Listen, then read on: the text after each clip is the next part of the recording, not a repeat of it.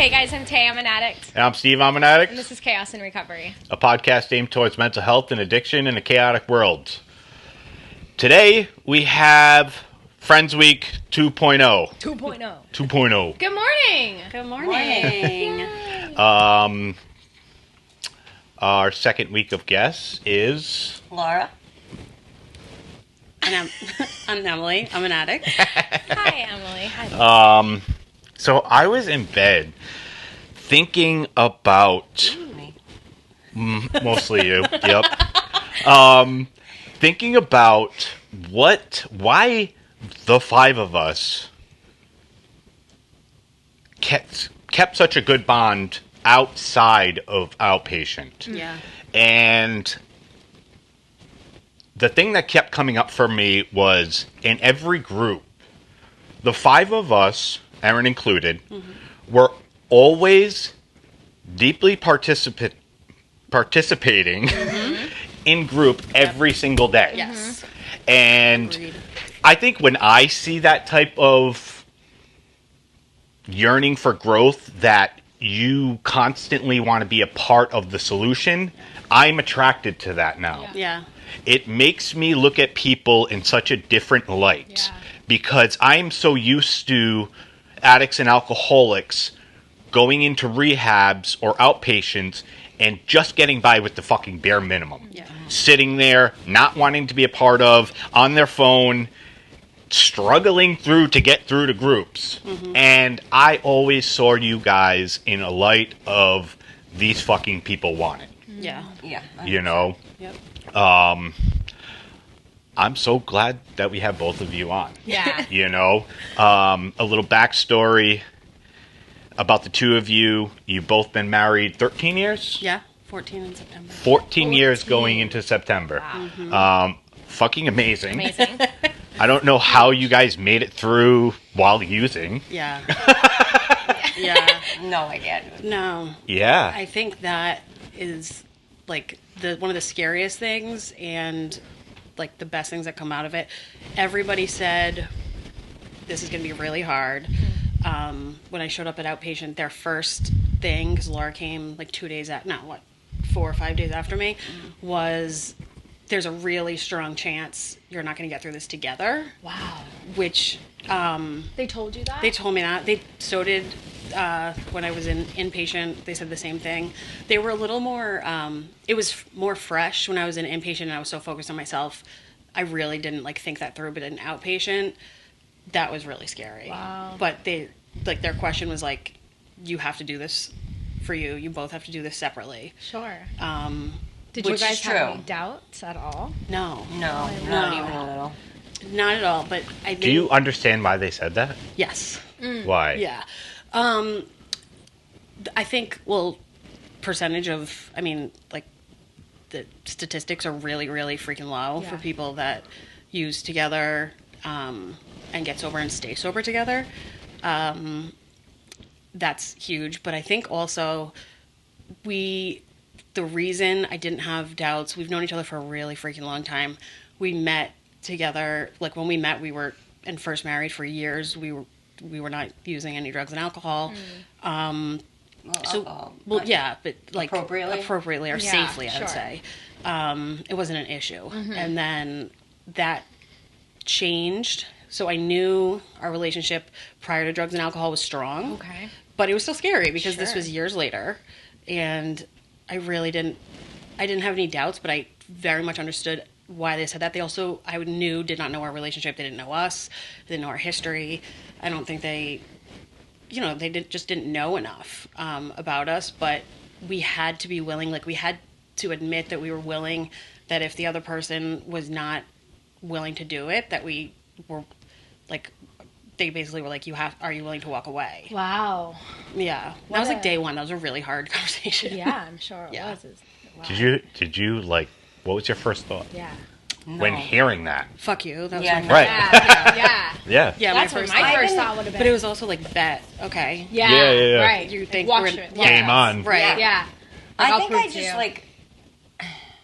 you. at first I was taken back, but then it was more frustrating because I knew, like, it affected her. Like, she thought about it, I think, more than I did, just because she was talked to differently than I was. Yeah. So she actually talked to me about it before I was talked to about it. And from there, I don't know, I think, I understand those, they don't lie. Statistics don't lie. I mean, but I just didn't really, wasn't even a blip on my radar. Wasn't even a question. No. Yeah. There's so much else going on. Of Yeah. course. And how long 100%. did you guys go without talking to each other? 12 days. Yeah. 12 days. Okay. Yep. Okay. Yeah. What? And you were able In to what talk- scenario? When we Well, when they both checked into rehab. Inpatient Yeah, so- Yeah. programs. So we couldn't get a hold, we couldn't talk to each other. Yeah. Because we went to different ones. Yeah, so, like, it's very difficult when two people are in recovery, but just because of, like, you have to give authorization that so-and-so can talk to you or call you, but it's never the same time. So it took 12 days, which sucked because, like, you're going, you just feel like absolute shit. Yeah. Yeah. going through withdrawals And we all were- that. And I worried about it, I think. They're worried also. I was very worried, but they were also like extremely worried that one of us would be like, "Oh, let's go, let's take off." I tried to leave. Yeah. That was at the very end. I did. I called. I was like, I want to go home. And she was like, the thing is, I knew when she does something, she sticks to it. So I was like happy that she was in it the same time I was, because then it was like, I don't have an option. Yeah. I mean, I don't have a choice. Yeah. And she was like, Yeah, if you look at it like that, yeah, Yeah. absolutely. you know, yeah. and I'm not going to lie, I used her as a huge crutch at the beginning. Yeah. And then I learned that it's not about doing it for her. Sure. But that took a little bit. Yeah. What was your pivotal moment that you guys realized that was, we need to get into recovery? This was a nightmare. We were home. I think just every like resource ran out. We were so done, like months, maybe even years before we went into treatment. But like physical dependency is no joke. And in order to like maintain any semblance of a life, like I couldn't just sort of like check out of my life for 30 days, or I thought I couldn't. Yeah. But we got to a point, it was in early October, and just it, like the shit hit the fan in every single aspect. And it was a really strange sensation. Laura was in bed. Really, like, her health was so scarily bad that I was, like, every day I would be worried that I was going to find her dead at home. And it was a weekend, we were home, and I had this moment, and, like, the whole higher power thing to me was something that had really turned me off from AA or NA whenever I'd thought about it previously. Yeah. But I was, like, walking in circles in our apartment, and I had this, like, thought that I had a million times before that was like, God, if you can just get me through this, and like I'll do whatever I have to do, just get me through this. And I had this like other thought in the back of my head that was like not mine. That sounds crazy, but it wasn't. That was like, be careful what you wish for, because if like it's not going to be the way you want it to be. And at that moment I was like, oh, we have to go get help. I can't hide from it anymore. We can't try to do it by ourselves anymore. Do not disturb. Sorry. Don't be sorry. It's yours. And so it was like 9 o'clock in the morning. I was like, all right, I'm giving myself till 11 and I'm going to call my parents. And I was trying to explain that multiple times to Laura, but she couldn't, she just was not there. And finally it like hit like 11. I was like, oh my God. And I was doing like circles again in my apartment, and I just called my mom and I just said like, I need help. And she was like, oh my God, what's going on? And then she just directly asked me. Oh, wow. Yeah, and I was like, yep. And she said, your father will be there in 20 minutes. We'll figure this out. And I was like, okay. I tried to tell Laura again. And so I knew she was not in a position to call her parents, so I asked my mom to call her mom. Yeah. She eventually got in touch with her, and then that sort of kicked it all off. I went to the hospital, and then inpatient. She got picked up by a family member. Were you afraid of what your parents were going to say when you called? Oh. And did they take it better or exactly how you thought? Way better. Wow. Yeah. Way better. I would say that. I think we come up with this idea Yeah. that the fear sets in. Yep. Oh, what if I tell somebody? How are they going to react? This, that, the other thing. If you ask somebody for help, Right. especially your parents or a close family member, a close friend, they will go above and beyond, most of the time, above and beyond to make you feel, all right, let's do this Yeah. together. They want nothing more than that. Yeah. You don't think like that. No, You were at the thinking time- at that time that, like, The shame. I cannot tell them. They, shame even though and the they guilt, knew, yeah. even though, like, we weren't ourselves, you know? Sure. It was almost like, it's like, I don't know if you had that feeling, but when I told my parents, like I need help, like, it was a immense weight lifted Yes. off my shoulder. And it was huge. I was building up the fact of there were so many instances, or even if they were little, that like happened that I didn't want to ask for help. Right. But because it's that shame and it's that embarrassment and it's that, are they going to think less of me? But actually, they're probably going to think a little bit more of you for Yeah. asking for help. Yeah. You know, so when I did ask for help, it was like, oh my gosh, like the way that they took it, it was like, I don't even know if my dad's face changed, like from his normal Yeah. face. Like it was just like, all right, let's get you help. Yeah, my dad was very similar. Yeah. It was more like problem solving. Yeah. What do we need to do? Yeah, that's I how my think- mom was too. Yes, they both were. They sort of jumped into that. I think it was same with Laura's sister-in-law. It was like, okay, how do we do this? Where is she? I'm going to go get her. It was so much more focused to, like, thankfully, because I was so mortified, so humiliated. It didn't surprise me, though, the way your parents reacted. It might not surprise you, but it surprised me. I think I Looking knew. at it, like, Yeah. When I back look then. back, I know that that's how they would respond. But when you're in it, Yeah. and you're just Yeah. like, I was so living so deeply in shame of every aspect of my life, and I wasn't where I wanted to be. I knew why I wasn't, but I hadn't really admitted it to myself Sure. that like that was the catalyst for everything. Yeah. It just sucks because both of our families, like, that's what they wanted for us. Yeah. And it just Sure. took, in both of our opinion, well, my opinion is it took too long. Yeah.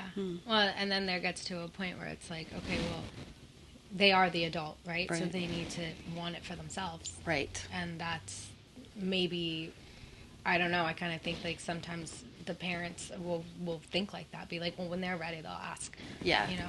I think that's where my family was coming from. Yeah. Like they had an idea. Yeah. And they were just sort of waiting. Well, I think healthy tactics for family members working with or trying to help addicts and alcoholics, I mean, it's 101, do not put pressure on them. Right. Put pressure, you will see them buck. Yes. You know, they will want it less, or they will come back with defensiveness. Like, what are you fucking talking about? I'm not using that I bad. would've I'm not denied that it. bad. Yeah. Of I would have course. fully denied I it. did. My dad did pretty much sit me down, Yeah. Yeah. and I denied it. Yep. Yeah. Right in his face. I was like, no. And I Totally think fine. I think recovery 101 is you can only do this if you want it. Right. Yeah. You know, if Yes. you're doing this for your children, if you're doing this for your partner, if you're doing this for your family members, chances are you won't find that long-term recovery. Yeah. Right. The only person you can do it for and be selfish for is yourself. You know, and that's a tough place for people to get. You know, I still see it in outpatients or at meetings and shit that, you know, I know we can't do it for other people, but I'm doing this for my kids. Yeah. I wish I could smack it into you that, like, it's part of the equation, Yeah. but the only person you need to do it for is yourself, Yep. Yeah. and every fucking buddy else fucking gets it too. Right. Yeah. I sometimes though, like, I hear that, especially in early sobriety, but that was me though for like a week or two. Sure. And that took me to get there. Fine. Right. Yeah. That took you to get in. Yeah. It took me fucking 100 relapses to understand that. Yeah. You know? And I say it too, like I'm like my marriage was on the line. Like if I didn't go into treatment, then like that probably would have broken it. And that was like my, okay, let's get into it, right? Yeah. Like let's figure out what you need to fix and like let's get it going. But then it slowly started to become for me. Yeah. So because course. that's how Yep. that's what you learn too, right? Yeah. Yeah. In the program, and when you work the program Right. and all that stuff, it slowly becomes for you. That idea isn't something you go into recovery and just be like, I heard this before, so I know that this is true. Right. No. There's a whole different. There is something you hear, there is something you understand, and then there's something you actually believe. Yeah. And then you start to do that thing. Right. Yeah. You know, it's such a process to get to these things, and it's all throughout different parts of your recovery. That's why recovery can be so hard for people coming in who still have their ego up of being, well, I'm going to do it my way. Yeah. You guys are sober for quite a long time. You might teach me some things. That's great, but I need this stuff, and I don't fucking need this stuff. So, you know, I'm smarter than the average addict alcoholic. Yeah. You know, Right. it's like we're not reinventing the fucking wheel here. No. We're just trying to. I mean, our egos tell us we're smarter than those homeless fucking addicts or alcoholics. And it sucks. You know? It really sucks because it is so much easier when you do, or at least like listen and absorb like what you're hearing, what other people are saying, and especially with people that have years under their belt. But like having the network, you know, I went in thinking. Like, I couldn't imagine meeting or having the five of us be as close as we are. Because I just didn't think I could get something so wonderful out of such a shitty situation. Because it's real. Yeah. Like, versus it wasn't before. And I think that speaks to, like, the time that we all did or that people do in outpatient. Because when I came out of inpatient, yes, I was like, I'm never doing that again. But the stuff that needed to like be healed and worked on was not even close to done. I was just starting to like think normally. And I think that I'm so grateful that I stayed in an outpatient as long as I did. Yes. But I genuinely think that saved my life. I think going to inpatient was the start, but staying in an outpatient 100%. was crucial. And like you were saying, Steve, I don't mean to interrupt you. I'm sorry. But it just had me thinking, like, if we didn't participate the way we did when we were there, I mean, with my ADHD, I kind of had to, like, stay active or I would have been nuts. But we got to know each other so well through that. Absolutely. I mean, I know things about, you know, I know, like, everything about the people that interact in those outpatients. Like, we're with each other Literally. 6 hours a day for months. Talking you know, about it's Talking about the deepest secrets. Yes. Yeah, and for somebody like me who I love getting, and everybody here too, I love getting into people's shit. Yep. Because I love watching people grow. Yeah. I love people having this skewed idea at the beginning, and through the process of hearing other people's point of views on it, comes out of that meeting being like, oh, maybe I was kind of falsely understanding something, or just that light bulb shooting off inside somebody's head, you know. And the program that we went to, I've been to outpatients all over the fucking state. And inpatients. Yeah, we know. That program there's a different level of energy and concern and empathy and direction that involves those counselors and the management there that far exceeds everything in this state that I've ever seen before. And you get the feeling that people want to help in that setting. You know, and it's easy to, it's, for me, the people that are involved, it's easy for me to be fully attracted and invested in those people. Right. Yeah. You know? For sure. Yeah. I think I love when I hear people at meetings say, you know, there's a difference between being sober or getting sober and recovering and being in recovery. And it's just it's like the truest statement I think that I've heard, because I could go 8 months without drinking, I could go whatever, but I'm not working on myself, my inner self, my heart, my mind. I'm not figuring myself out, and like that is like the core thing to recovery. I had no idea that's what I was going into either, just for the record. Like, I thought okay, I have to attend this. Yeah. I'm a rule follower, so I knew I would attend it as long as they told me and answer the questions they asked me. But I had no freaking clue what I was getting into showing up there. Yeah. I'm so happy that I did it, but I think, like, the outside perception, and I've never been to another one, so I can only speak for this, but is that it's just more of, like, inpatient stuff. Yeah. And it's so different. I've never been to therapy before. Like, Welcome to therapy. my first. So I switched my therapist, and so the first day I came home, and I got in bed next to Emily, and I was like, I just started crying. I'm like, I'm never going to therapy again. I mean, she was amazing, still is. Yeah. And Your second therapist. my second therapist, yes. Yeah, because you had to change therapists because of what?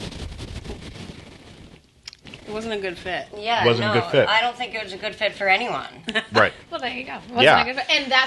There are a lot of, you have to take the time to find a good therapist. Right. It takes a lot of time to find a good therapist. Yeah. Well, because and it's trust. I had to Yes. advocate for myself too, because, and as That's we what all I was know, looking for. like, you have to be selfish. Yeah. Like, I'm usually So like, true. go with the flow. You like, do. just as long as everyone's happy around me, like, I'm here, I'm doing it.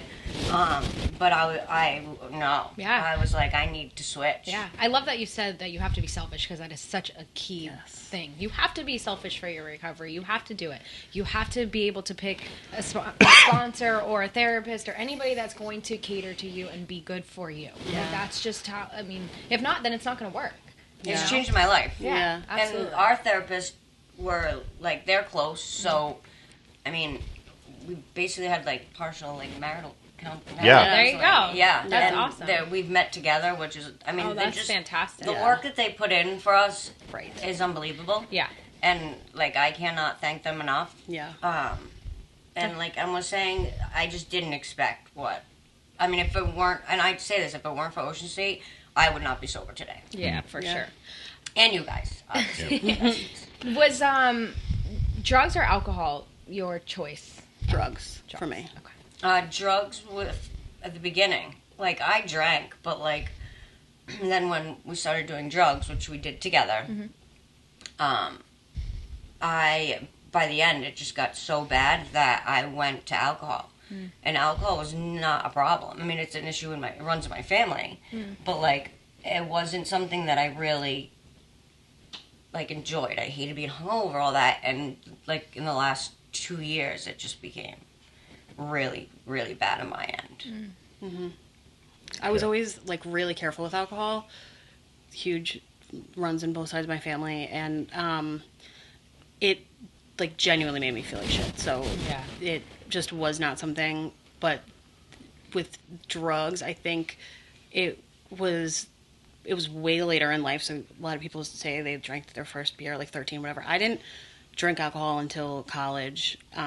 Drank relatively safely through college. Was not that interested in it after, and I didn't ever pick up like an illicit substance until like 26.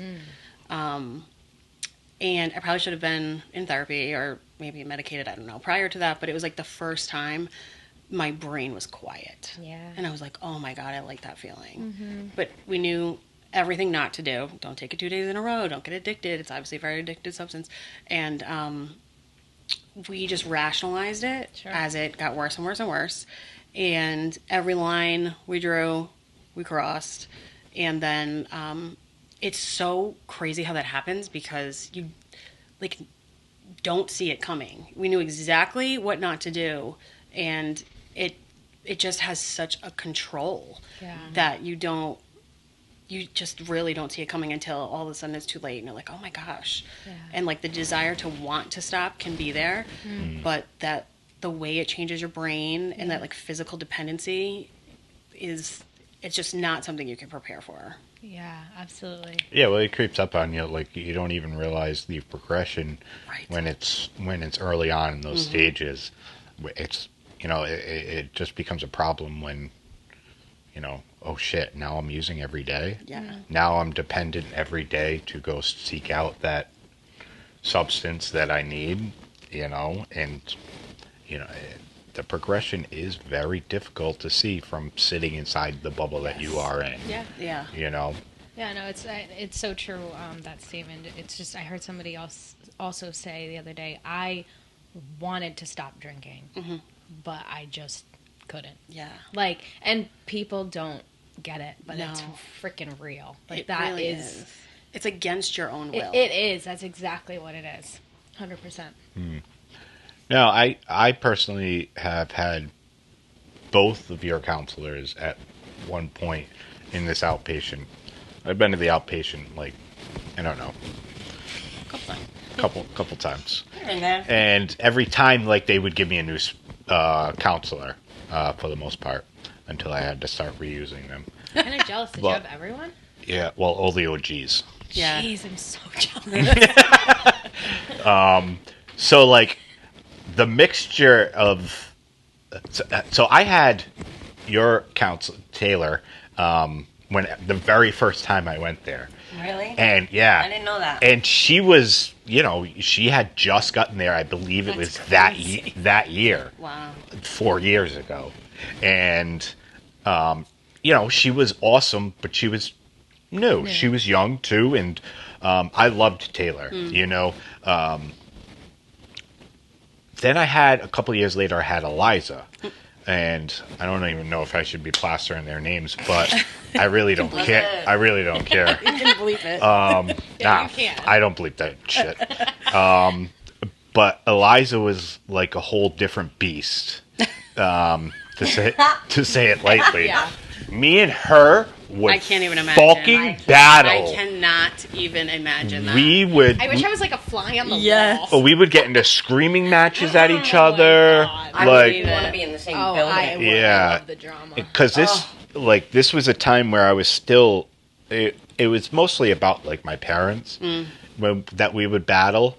She would always try and make me have some empathy for my mother instead of idolizing my father, and would always question like who my father was and shit like that. Yeah. And I was just I believed what I believed, so it was like tough for course, me, yes. tough for me to sit and listen to somebody as strong as she was, to try and get me to see the other side. Yeah. And I think having her as a counselor was like the catalyst for me to start beginning my recovery. Oh, wow.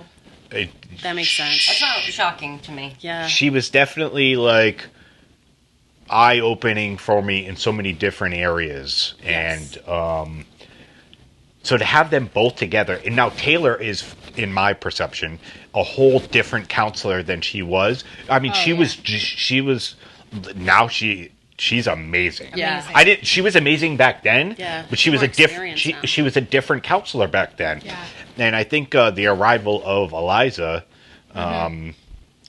brought on some new fire in Taylor, Yeah. which was really beautiful to see. Like over the last 4 years, I've seen her grow at being a counselor in so many different ways. And so the two of them, I know they're very close, and I know they share information. Obviously, they help the both of you at Yeah. the same time. So lucky. But to have both of them working together with you guys, I mean, what a special experience. Oh, yeah, it's great. I love getting double teamed by them. Well, yeah. I mean, who else would you rather be double teamed by? I mean, Yeah. I mean, not in bed, but, Yeah. you know. I mean, hey. I was I going to mean, say, No, don't ask Florida. oh god. that's. No, it's with the two of them. It's kidding.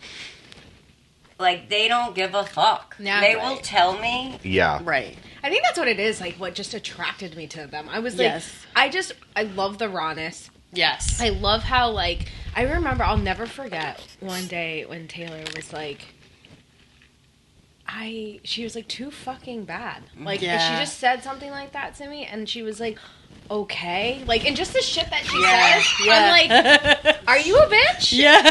But also, keep going. Yeah. Like, I need to hear this shit because the inside me Yes. is not telling me this stuff. Right. Like, I need somebody like you in my life. Yes. And I was blessed to have Taylor for as long Yes. as I was. Yeah. Yeah, she's told me to go fuck myself. Oh yeah. Yeah. Oh yeah. Eliza's really good at finding like areas that make me incredibly uncomfortable and pushing Yeah. that button. Eliza does over. that to me too. Yes, and that's She'd be like, "Why are you what I moving so needed. much?" Yeah, but that's what I needed. Yeah. Like I would have gone in and like people pleased my way through therapy and said what I thought they wanted to you hear. can't hide it. And there's none of that happening. Yeah. They know as soon as you walk in the door. They do, and they'll It call sucks. on you too Yes. right away, and they're like, Oh "You're my God. talking." Yeah. And so they're have a bad dead on day. every time. You I'm got like, "Can you got give 3 me a hours minute?" with me today. Yes. Yeah.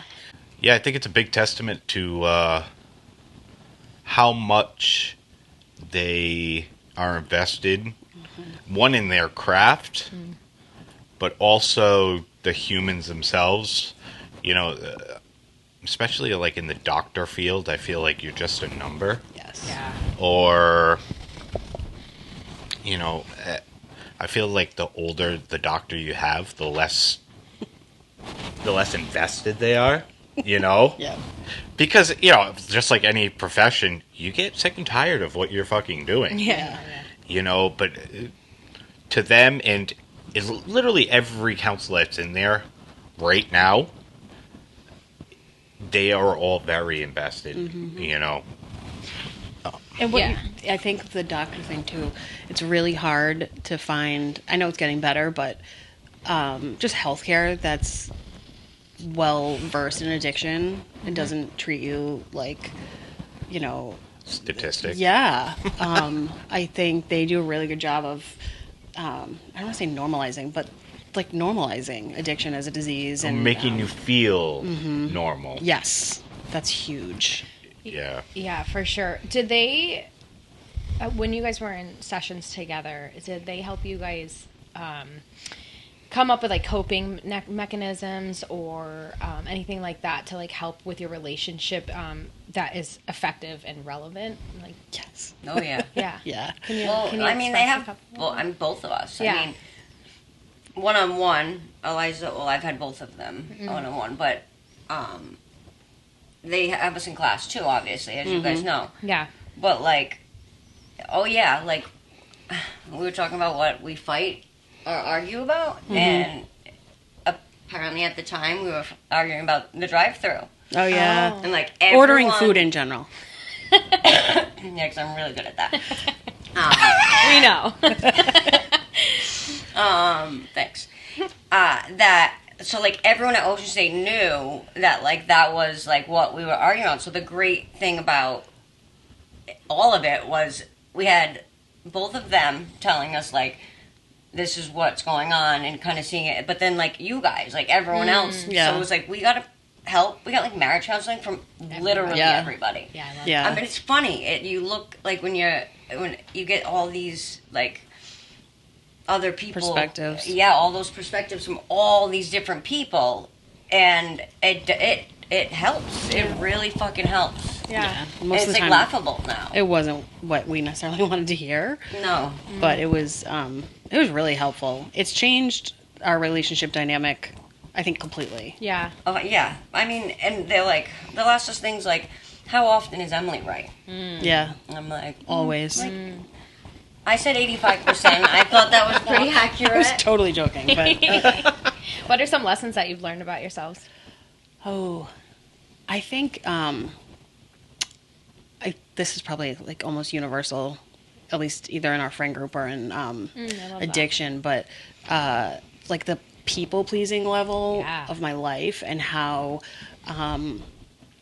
that was creating, still does, like intense anger that was not coming out in like the right places. Substances were really helping like subdue that, and because I was so ashamed of myself and my behavior and being an addict, I people pleased even more. Yeah. And that's something Eliza pushes me to stop doing in every area, and it's really frustrating for like they just mirror things back that I don't think about, and like the difference where I behave one way maybe in like a professional setting and I don't have a problem with confrontation, I don't have a problem with certain things, and then outside of that in either like family dynamics or whatever, just completely different the way I deal with things. So I think like the biggest lesson is seeing those patterns and like looking back at the history of how that's just really not served me as a person, and like that frustration of leaving a situation and not having said what I really want to say and carrying resentment or anger Yes. past that. Oh yeah. I think like the getting uncomfortable, kind of like what you were saying, but like Yeah. I hated confrontation, but like I don't look at it as confrontation anymore. I look at it as like being honest, and Yeah. you're actually a huge reason I look at things like that too. Like That's true. you were always like, just tell me, be honest with me, and then because when there's an issue, or like I've witnessed someone having an issue with you, one of our friends, love you, and you guys like talked it out. I love that because as close as all like we all are, we pretty much know what's going on. Yeah. Yeah. And then like listening it like to the outcome of how like It works. it really works. Like just being honest, even if it is uncomfortable, the things that come out of being honest and being vulnerable yourself is amazing. Especially because in active addiction, you're not honest about anything. Right. You're not honest to yourself or anybody else. Yeah, I think that's a twofold kind of disruption in your life when becoming sober.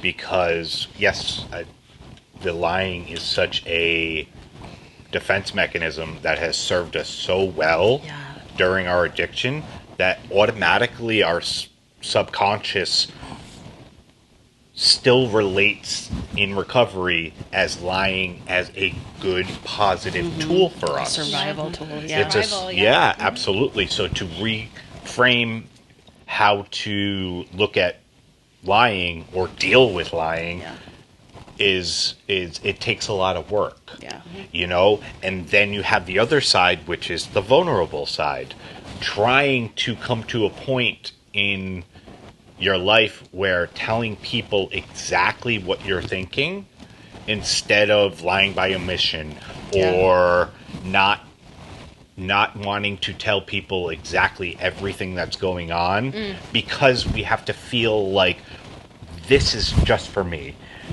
If I let this out, people are going to think I'm weak. People are going to think that, you know, any millions of things. But it is such a hard duality to come to the place of being vulnerable and then being honest. Yeah. You know, and when I see people actually taking those steps to work on those things, that's what I fucking love. Yeah. The You know? compassion is unbelievable that you get when like Yeah. when Yeah. you are open Yeah, I love and that. tell people things that you thought like if someone else knows this or if I tell the story of what I did or what I thought or anything like that, like the response, the compassion people show you makes you feel amazing and comfortable and safe.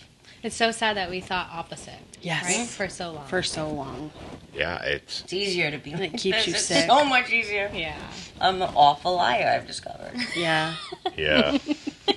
Taylor makes fun of me. She'll be like, you... That's not true. She goes, that's not true. Yeah, that's great. Yeah, that was one of my hardest things to do. Become a truthful and compassionate, vulnerable person. Yeah, it's like, it's so funny because it's so, you think it's such a cliche thing to say, but like, the truth really does set you free. Yes. You know what I mean? And I think also the response, like we were talking about, you know, having your tribe and all of that, but like trusting the people in your tribe that like the response is going to be, or like they're able to hear what you have to say and are going to respond honestly. I think that makes a huge difference. Yeah. Sure, that opens up, the trust in that. Yeah. Yeah. Yeah, we just like the response aspect, like, you know, whatever they say, I need to be okay with. Right. Because one, I trust them, but like two, I trust myself to receive it. Yeah. Yeah. That's a hard place to get to. It Yeah. really is. And I'm not there all the time. Yeah. Yeah, no doubt. I feel like, Yeah. Oh, sorry. Oh, I didn't no, mean to no, cut you no. off. Yeah. But like that is an ever-going thing for the rest of your yeah, life. it's so true. Keeping that, I love what you just said. Keeping that at the forefront, that because we can easily slide back So into those old easy, habits without even knowing that we're doing it. Right. Be- Because it's comfortable. Because now we're a year sober, and I don't have to tell everybody what's going on Right. with me. I am strong enough and sober enough and in recovery long enough that I can handle this. Yeah. And that's how you... And that's how you start. Right. That's how you backscale, and that's how you end up starting to lose that camaraderie. Yeah. Right? So I feel like what drew us all together was immediate, and I mean immediate honesty. Mm-hmm. Like, we didn't go in and was like trying to beat around the bush and saying like we're in rehab, right? We're talking about everything that sucks in our life, right? And that what we want to get better and stuff like that. And you don't go in bullshitting. Right. That's just not how it is. And you might do it for a day or two, right? But you'll slowly realize, or quickly realize, one or the other, that that's just not how this works. Right. I think we all did that, which is why it clicked. Yeah. Because you can, I think people fight it as long as they can or want to, and that even if that, like, I wouldn't exactly go there thinking, I was going to find really great friends, but I think by just, like, this word is so cliche, but like surrendering to even the being involved in groups and participating and like being open, that, I don't know where I was going with that. It's true. I think I said this before in another episode that I found friends. I've been to countless inpatients and outpatients, but I found friend groups in those, but never serious long-term friends. And that could have had to do with my continual relapses, not staying connected with those people. But I don't think so. I think I've just found people that I'm very comfortable and the trust is there. Yeah. 100%. I know if I tell you guys something, it doesn't go to another source. Yeah. Right. Or it does. I know what I'm going to get back is empathy, compassion, and truth back. Yeah. Not beat around the bush. You're being an idiot. Well, actually, I need that. Yeah. But like, When necessary. We do that. Yeah. Well, yeah. Well, What are you saying? Well, well, I think also that is received in a different light also, because when somebody tells me I'm an idiot, or I tell one of you guys that you're being an idiot, it's met with, okay, is he right? Right. Oh yeah, he might be right. Yeah. So now instead of being defensive and be like, fuck you, it's more like, oh, okay, now I have to look at myself and what am I doing? What am I bringing to this situation where I might be looking at myself in a different view? Yeah. And he only wants to help me, so maybe I should take a closer Right. look. There's no ulterior motive. Yes. And I think that's really unique. The other really unique thing, Laura and I were just talking about this the other day. We all have very different interests, very different professions, very different backgrounds. Like, it isn't like, this common interest that creates like this friendship. We're so different. Yeah. And I think that's cool. I've never had a friend group that there wasn't like, other than obviously outpatient treatment, but that was like, a common interest. Yeah. It's more like we want to maintain friendships and we're interested in what each other are interested in, like learning more about them rather than it being like a default. Yeah. Which is nice. Yeah, and I think the main interest is the want and need to watch everybody grow 100%. around Succeed. me. 100%. And that's it. Yeah. yeah, And that's it. Yeah. Yep, and like being happy and honest, it's easier. Yeah. Like it's so much easier. Like when we all hang out, or if the two of you go out and I'm not there, like I don't think like why wasn't I invited? Right. Yeah. Like that never crosses my mind. Yeah. And if I tell one of you something, I'm hoping that you do talk to the other one so I can get more I advice usually on it. assume. Well, I assume it. Yeah, I no was doubt. gonna say, Yes. Yeah, I was going to say the one main reason why I love our group, too, is like, yes, it might not leave to go to a different source, but it's going to go in our source, right? And, like, I know, like, if I tell Steve something, most likely I'm telling him because I don't care that he's going to tell our group, right? Yeah. Because we all get the different feedback, the same generally, but, like, different advices, and...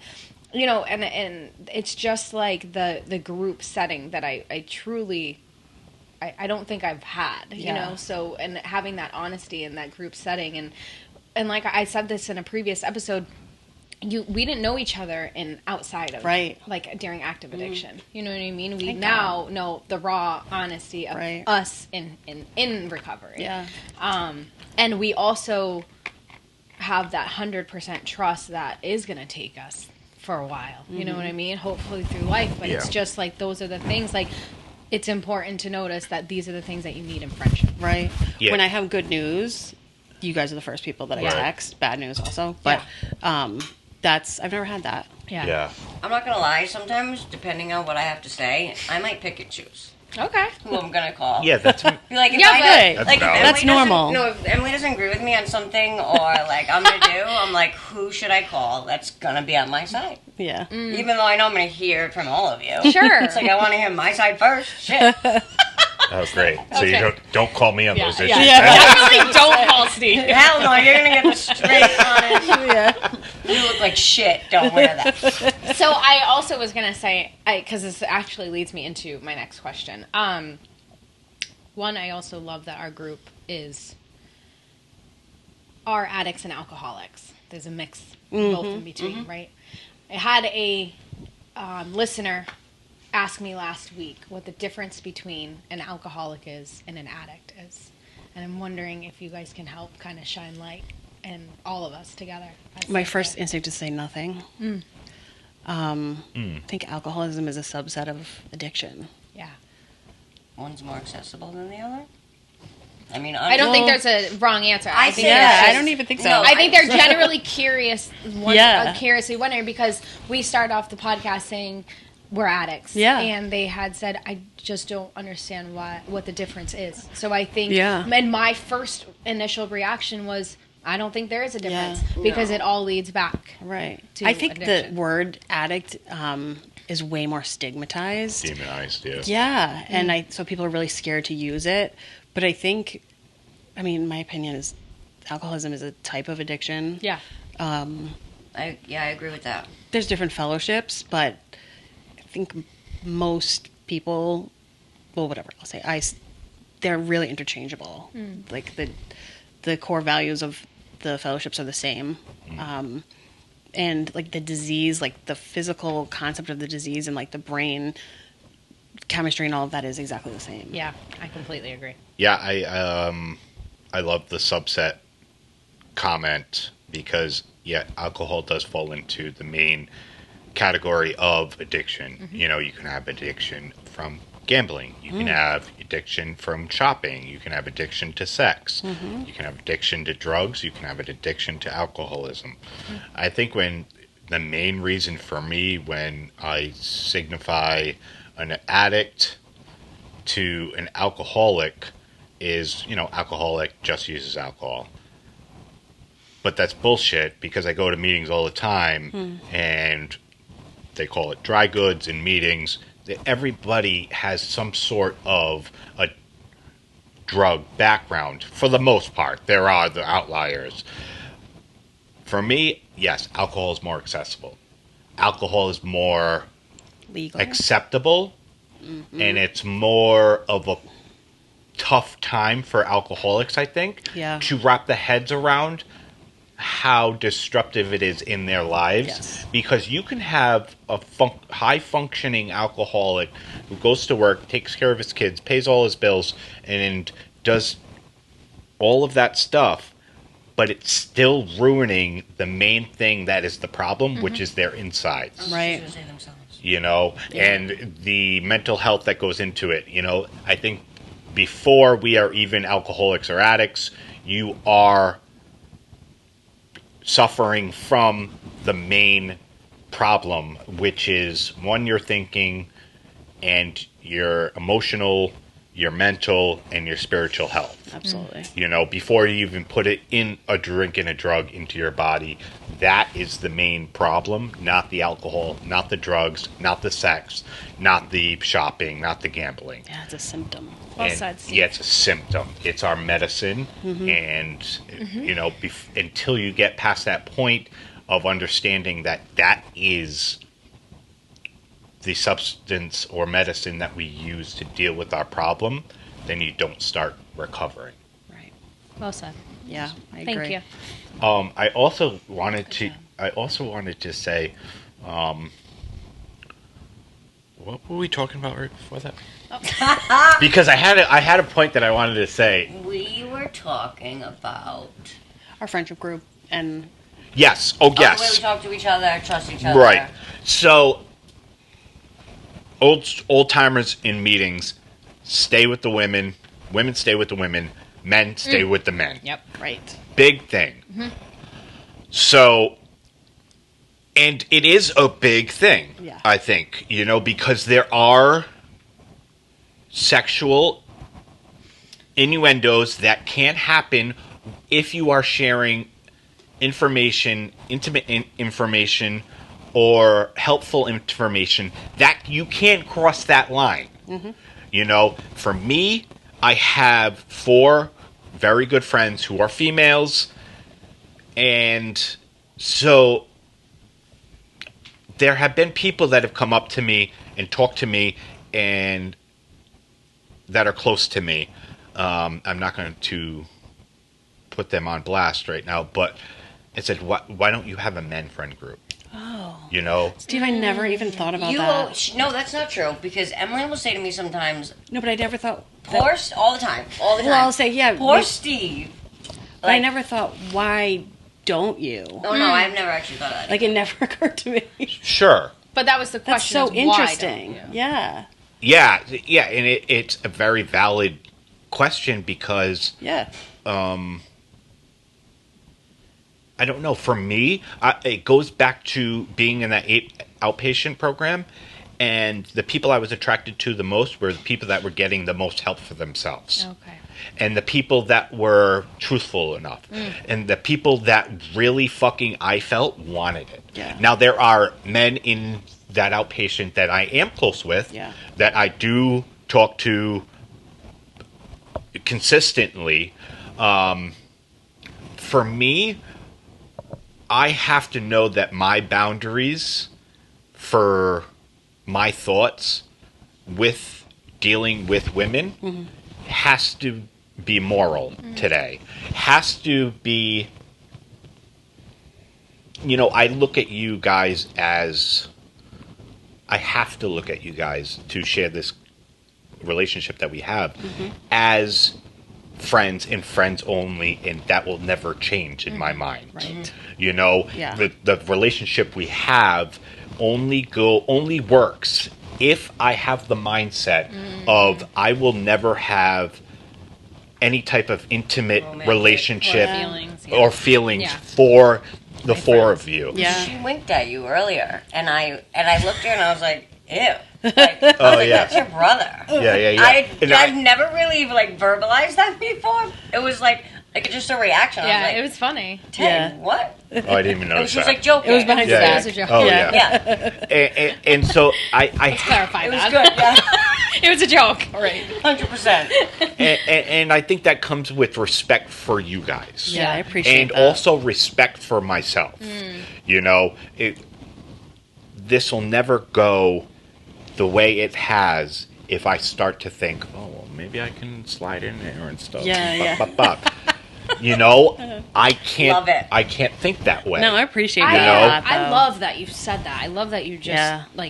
came out and said that because it's so true. You need that honesty, and you need yep. that Yeah. boundary, and you need that line. And I think that's and I you might get it, but we also get it as well. Is why are you spending so much time with this guy, Yeah. or something like that? And it's you might not understand what our friendship Yeah. is, but you don't have to understand what Right. it is. As long as I know what it is, and as long as my friends know what it is, then but we just have this mutual respect Yeah. and boundary with each other. I think it's really helpful to have a male perspective too. Yes. I I love women's meetings. I typically think I get the most out of them, Yeah. but I think it's really helpful in all areas of my life to have a male perspective and a male response Yeah. to certain things. Yeah, I love it. And I think that's why Ocean State is so valuable. Yeah. Because it does. We are constantly bouncing ideas off of males and females all of the time in that group setting. you know? And for me,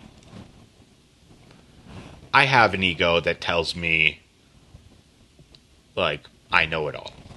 You know, I'm not going to lie. And if I don't know it all, I'm going to figure it out.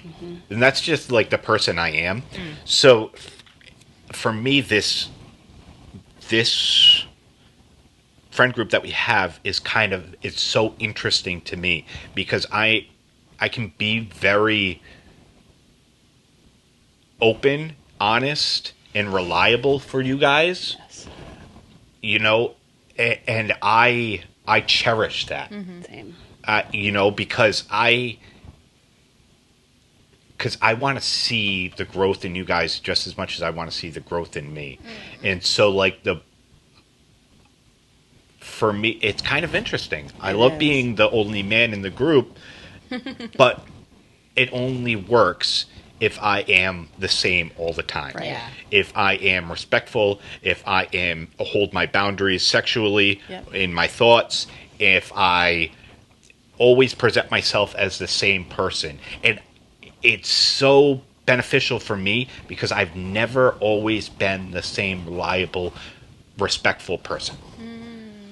That's interesting. Especially to females. Yeah, that's really cool. That's recovery, baby. Yeah. Yeah, love I mean, I think maybe not all of us, but I've had people come up to me and be like, "What's up with Steve and like this one?" Or like, "Why is Steve always?" And until they started like coming up to me asking that, It's very easy to say nothing. I literally it's laughable. Like nothing. Yeah. But like I I, love never that. really thought about it until people. It's so And I true. mean, like, we're gay. You're married. What? Really? But like when even if it's sexual, I'm talking to you about like what I'm gonna say to you, Erin or Steve or Emily. Well, maybe a little different with her. But like I pretty much say the same shit. Right. Yeah. Doesn't matter. And I think that's really important, like the dependability. Even if like something comes up in life and we need help with, never have I ever like in the past had somebody that I could rely on that way. And even with like when we're moving and like little stupid things in the house, and I was talking to my mom and telling her, "Oh, well, we like this got put up and whatever," and she was like, "Really?" I was like, "Yeah." They just came over and did it, and like don't want anything in return. Yeah. And that is really You said special. I love that. You I said love that you You've said never had that. not Never. in return. 'Cause Yeah. it's like that's the one thing. It's like we do things for each other that we don't expect anything in return. Like we rely on each other. We and rely it's on each not other. even a question. Yeah. And I think that keeps me sober and in recovery because if it doesn't occur to me often, thankfully, but if it did ever occur to me to relapse or I could try to have a drink and Yeah. alcohol wasn't my issue, I think of having to tell any of you. Yeah. It's so I couldn't. true. I would. It's like really helpful. Yeah, because no. that would be. I'd feel so bad for disappointing people, even if Yeah. they weren't disappointed in me and understood.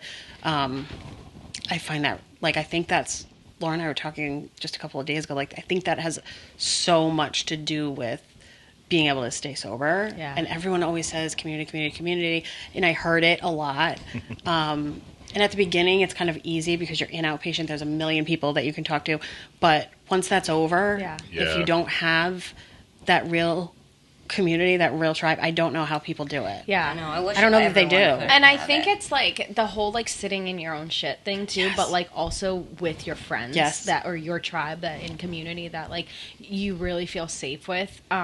Like just the other day I experienced something that I was so uncomfortable with and I texted you like and but the thing is immediately I felt better. Yeah. Like because I sat with it through a friend and I was like I heard what and this could be in any situation. It can be things that I don't want to hear. It Yeah. could be things that I do want to hear. It could be things that are right. Or it could be things that are like different. But the point is, I talked about it with somebody in my community. I talked about it with somebody that I trust, and I didn't have to sit through it alone. And that's the difference. Yeah. And I think another big thing between us, all of us, is that like we don't go 24 hours without talking to each other. Right. So, or not even 12. Yeah. Or 6. No, or I any of know. that. It's like- So if I used we to don't hate hear, people like that. if I we just don't like, hear from each do other, not group chat Something's me. up. something's up, Right. and we're contacting them immediately. Right. Like, hello, There's have you talked to this accountability. person? And Yeah. blah, blah, blah, or I'm calling your ass. Yes. Because that's just how we are. Yeah. Yeah. With that being said, what I was saying before, I want it to be known for the newcomer or something. I have a male sponsor for a reason. There are things that I need to talk to him about, get advice from him, and receive that from him and use that information wisely. Yeah. You know, I can't. There are things I need to keep for my sponsor. Yes. And I think that is very imperative. He has so many years, and there are things that I need to let him guide me on. And I Absolutely. think for the newcomer, the sponsor, while community is beyond Yes. huge, the sponsor aspect needs to be just as huge. Yeah, I agree. And needs, because 5 addicts trying to help 5 addicts learn how to live life Yes. is not going to work. Yeah. Right. You know, Right. Source. Yeah. An outlet. it's Yeah. not going to work. Right. Luckily, we all went through a very intensive outpatient program where we took advice from our counselors, the people that know what they're doing. And we all have sponsors in this group. And we all go to meetings, and we all follow the criteria of that's already been laid out for us. You know, people have already made the rules on how to get sober. We're not reinventing them. Yeah. I'm just saying community, sponsorship, counselors, they all need to be at this perfect triangle Yes. of your recovery in order to succeed. I agree. Absolutely. I'm still in therapy. Do you guys, you still? Yeah. Absolutely. We're all still. I'll be in therapy I'll the be- rest of my life. Me girl. too. Me Love Me that too, and I shit. probably should have always been. I love that. You think shit. you'll be in therapy for the rest of your life? I love it, dude. I do too. I don't think I Maybe don't not weekly, know that but- therapy. Okay, maybe not weekly, but But like I will be in. Oh, I love I will it. have a therapist Yeah, for. Yeah. but like I don't think I will. No. No. he goes, I don't think I would have been as honest. But wait, hold on. No, I think it's very imperative for me to be in, with a counselor right now. Yeah. Yeah. And for some time afterwards. Sure. I just don't think there becomes a point where, you know, you need to take the reins. Right. You know, and once again, I think I'll have a sponsor for the rest of my life. Yeah. There right. you go. That's You true. know? Well, But I sure. wouldn't have been honest with her. Before, when I was in active addiction, I could have had all the therapists in the world, but it wouldn't have mattered because I wouldn't have been honest with them. I would have, I wouldn't have put everything on the table. Like Yeah. now, I Okay. use them. Sure. I use every resource that I have now Yes. because I don't waste my time with it. Yeah. Like in therapy, when I go to therapy, and I actually and I never thought I would say this, especially before our outpatient program. Like I take that hour and I use it. Hey, you utilize it. I save stuff during the week. Put it in like a Yeah. little folder in my head. Okay, Sure. I gotta talk I to may not Eliza do my about homework this. every Yeah. time, It's okay. but No, I know. No, I agree. I think, but see, I kind of see. Obviously, they're different. Obviously, but I see a sponsor's like a reflection, like a therapist as well.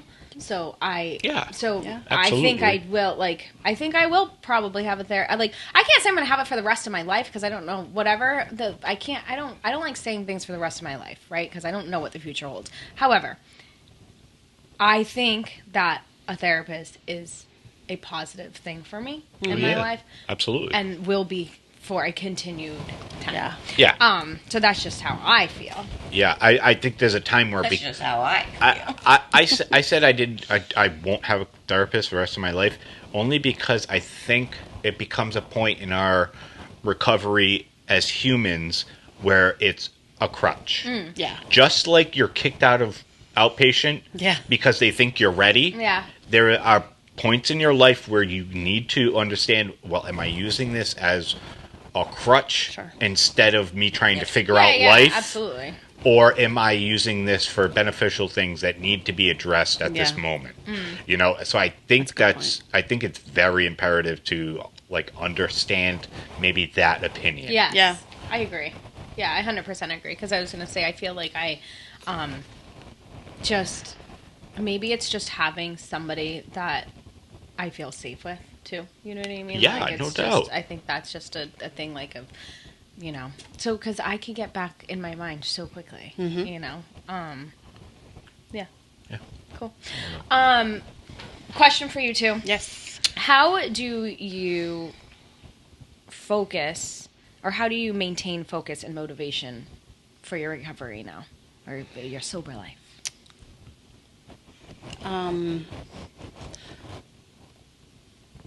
I think that there's a couple things. Meetings are like life-saving and necessary for me. I feel it when if I've gone to like one meeting in a week, I feel it. Yeah. I feel a little different, and it doesn't even even if I don't want to go, I don't feel like listening to people, just being in the room, like getting out of whatever I'm in and sitting in a room for an hour and just like sitting with other addicts is incredibly helpful. Until you do it, I can't explain it. Yeah. So I think attending meetings, hearing other people, new people share, and I think like life, playing the tape through, I hate that saying. I know it's super cliche, but looking back and true. just thinking like, I can't even believe we survived that. Yeah. Yeah. We shouldn't have. Yeah. And like, I never, ever, ever want to be there again. Things are so good now.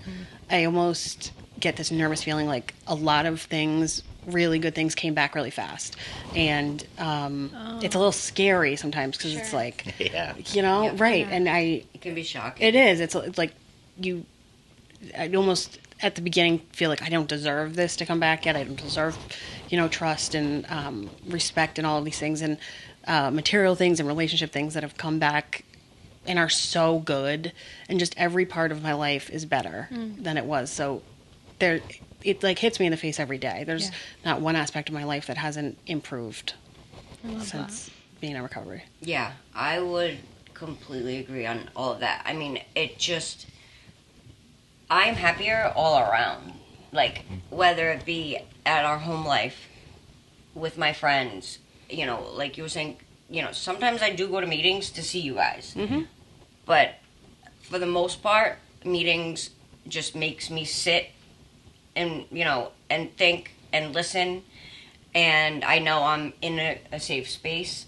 But, like Em was saying, like, I still every day, like, I'm always shocked about how our friendships just get stronger and stronger. And I did not think I'd be as happy as I am in my marriage, in my life. 100%. And I don't, like, I was sick. Like, my, Your physical yeah. My response to alcohol. how I looked, how I, like, I barely could walk at a certain part. My immune system was so poor, like, my mental state was just gone, and, like, how I feel today, Could never like, go back to that. I could never, ever, and if I knew back then what I know now, Yeah. but I don't look at it like that because I'm so happy. And it's also, though, like a really fine line. I say I can never go back to that, but I know how quickly It's possible. that can happen if I don't go to meetings, if I don't hang out with Yeah. sober people, if I don't, like, actually do the work all the time, remind myself, like, I don't want to live back there and how bad it was, but I have to remember it because it could happen so quickly. Yeah, I appreciate so much more in life now. Me Yeah. too. Me too. I eat it right up. I love it. Oh, I love that. That's fucking fantastic. I love it. That's great. Well, there's nothing more important than in my life today than being surrounded by people that, and I've said this so many times in this episode, but it's nothing more important than being around people that are just trying to grow today. and be a better version of themselves. And, you know, because for me, having you guys in my life makes me a better person for my family. Yes. And my recovery would not be the same if not surrounded by recovery influenced people. And I have never felt more strong about my recovery than in the last 6 months. And my family is the one that benefits. You know, my family is the one that benefits from the community I have today. What's different now this time? I mean, so the last 2 years have been a lot different. I've made recovery a priority. Okay. So when I started making recovery a priority, I still had these feelings of the only way out of a certain situation was to use. Right. So for me, being serious about my recovery is great. But to change the psychology and subconscious that you still need to lie, you still need to relapse to feel a certain way, you still need to change your emotions because they're icky or whatever by using, led me to still relapse. And so for me, I had to still relapse the past couple times during the last 2 years when I took recovery seriously. But each time I had to examine my relapse. I had to learn from it, and I had to grow from there and not make the same mistake again. So for me, the difference this time is I took things seriously. I took all the suggestions. I listened to my sponsor. I listened to my counselor. And then in return, I understand it, and then I take the action. I do not stop taking action. You know? Yeah. And I've always been a procrastinator in my life. And I still am to this day, but when it comes to my recovery, I am not. Interesting, because I don't see you, like, there's nothing about you Yeah. now in, like, the version we know that says procrastinator. Yeah. Yeah, like nothing. Nothing. And that's amazing, and that's still the outside perspective that I'm giving off. Yeah. There are a lot of things that I still procrastinate on, but it's not damaging to my life. Right. It's not damaging to my family. It's not damaging to the outside and inside job that's going on. Yeah. They're little things and stuff like that. Like the person I am today, the person you guys know, is not the person that you would have met 2 years ago. You know, that is a different type of human back then. And the same goes for you guys, I'm sure, you know. Sure. And I've said this before. We meet each other at the best versions we've ever been in our life. Yeah, I love when you say that. Yeah. And it's so fucking true. great to meet people at that time of their life. Yeah. You know, because you only get to see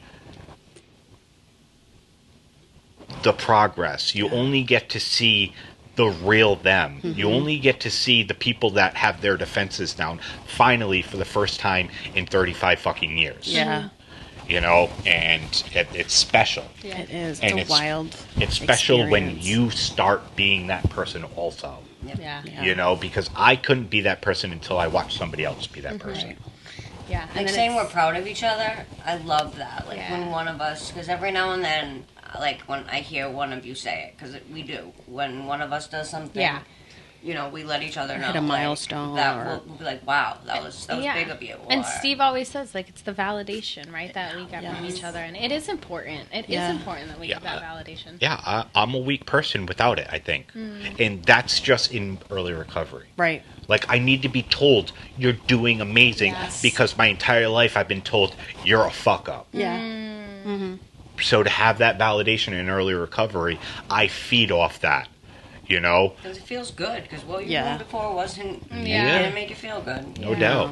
And if I got any validation in active addiction, I knew it wasn't real Yeah. because what they were Yeah. experiencing wasn't yeah, real. Yeah, Yeah. absolutely. Yeah, Well said, you're a Alex. con artist, fucking Yeah. looking for fucking. And you just ugh, Nothing. You're living in a fantasy world. yes, Like there's nothing is yes, and creating that for other people. You Yes. question everything. Yes. You know, what they do, what you do. real. Yeah. Yeah, There's none of that. You don't have to deal with that bullshit anymore. yeah. It's freeing.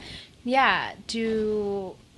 My last question that I was going to ask you was, do you forgive yourself for things that you have done in the past? Ooh, that's a hard one. Yeah, that is hard. Do I mean, Not all the way yet. Yeah, it's gonna take. I can't Yeah. say that. Yeah. No, Wait. it's gonna take work. Yeah, It absolutely. really is. I mean, That is something in therapy that I'm working on.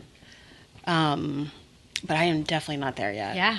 Takes time. Yeah. but you know what I will say is like when you asked no, I have not. Yeah. But I hope that I will. I mean, I try to always, like, we were sick. Like, Yeah. we were fucking Yeah. sick. And I've learned so much. And, you know, I love when people do, like we were talking about having compassion for each other. But I've learned so much, too. And I think I'll forever have to, like, remember that. Like, Yeah. I've worked so hard for this, and that I need to forgive myself for things that I did. But it's not something that's going to happen. Yeah, it's overnight, hard. For sure. Yeah. It's hard. Some things, you know, but, Yeah. like, that's what therapy's for. That's Right. right. And you guys, 100%. Yeah, I think, you know, I've been in constant therapy for the last 4 years, and so I think my perspective is a little different. It has taken me a very long time to forgive myself, and it's been driven into me by counselors that are outpatient, and also people that have long-term recovery, that the only way to really be free is to start forgiving yourself. Yeah. And I can fully say without it being my ego talking, that I have fully forgiven myself for everything that I've done in the past. But it's taken me so long, so much pain, so many relapses to get to the point of letting my ego say, oh no, you still have to hold on to that. Yeah. Yeah. You know, you have to hold on to that, because my ego told me that, because I still wanted to use. Right. You I was need, going to say, it's selfish. Like, I still have to, like, think that what I did was so big and so important, and, like, Right. where, That's honestly, that ego. I'm the fucking shit. That is right. Right. What? Like Yeah. But like, I like that you said that I forgive myself. But if you had asked me this question like 5 months ago, especially at IOP, they'd be like, and I would just like break down, and it would kill me inside to like, sure. or I would have said yes. just so you didn't have, Just to shut them. Yeah. and they would call Because you I out. probably That would have defense thought I mechanism, did. yeah. Oh, But and like that, yeah. once you get into this, I'm Yeah. not fully there yet. I think it will take time. I Yeah. think it's a learning curve. It's a learning process. Everything that we're doing now is new, and we're learning new things, and we're kind of just like, honestly, we're experimenting and living a whole new life. Yes. Right. Of like, but even if you don't forgive yourself, I think there is that line where you acknowledge what happened, and you may not forgive yourself, but you can really slowly start to go on the road of being like, okay, we can put this in the past, because once you start to put that in the past, then you slowly start to forgive yourself, and you learn from your mistakes. Yeah. Yeah. You're Well doing said. yourself a disservice if you're not trying to forgive yourself. You're not working for it. 100%. Fucking 100%. What's up, Laura? All right. Well, I want to thank you guys for coming on. Thanks and for I gotta Thanks kick, for having us. I Thanks want to so much, kick you Laura. the fuck out now because we got shit to do. Yeah. Okay. Happy Sunday, everybody. See you guys next week. Thanks, guys. Bye.